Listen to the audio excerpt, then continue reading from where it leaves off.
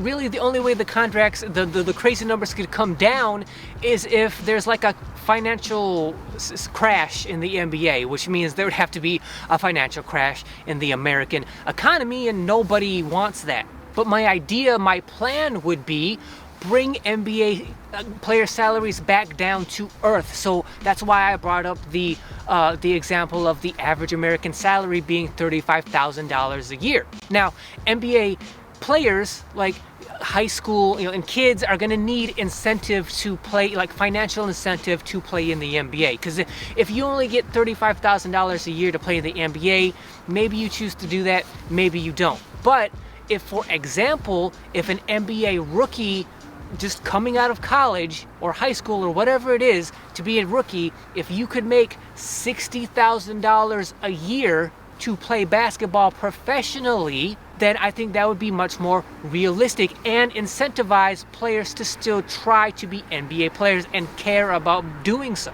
And keep in mind, in this scenario, all professional, athletes, all of the professional sports, all of their contracts come down, so everything's even. So professional football players, rookies get $60,000, baseball, hockey, everything is, that kind of base number. So it's not like, oh, instead of playing basketball, I'll just go play football and make millions. No, those millions no longer exist anyway.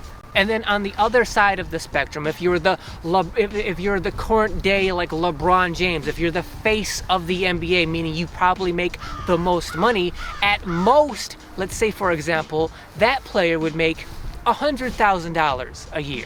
And then if the NBA would define some way where to incentivize, the harder you play, the harder you compete, the better you do, like the more success you have, the more money you make towards that $100,000. If a system like that were to be developed, and I think it could be, then that would incentivize players to get better. Because again, they're just professional entertainers. It's their job to entertain us. But what they forget is they entertain us by trying to win basketball games. The reason they make so much money now is because, unfortunately, as a society and a culture, we value entertainment so ridiculously high that we pay crazy amounts of money for it. But then, when players make that much money, they get comfortable, they get complacent, and they stop trying, they stop caring. Here's the deal. We don't need NBA players.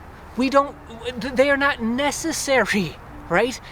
There's no reason they should be making millions of dollars every year. There's no reason for any professional athlete, any professional entertainer to be making that much money. So, okay, bring the salary down where you still make a good amount of money above the average American salary to play basketball professionally, but not so that it's ridiculous so that they get spoiled.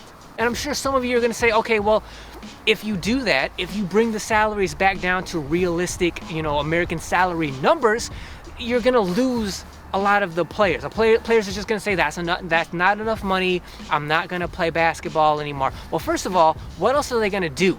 They're super tall, they're super thin, their only talent is to be an athlete. All other professional sports pay pretty much the same as the NBA pays. Where are they going to go? What are they going to do? If they are best at playing basketball and they can make way more money than the average American salary, like $20,000, $30,000 more than the average American salary, then of course they're still going to go play basketball.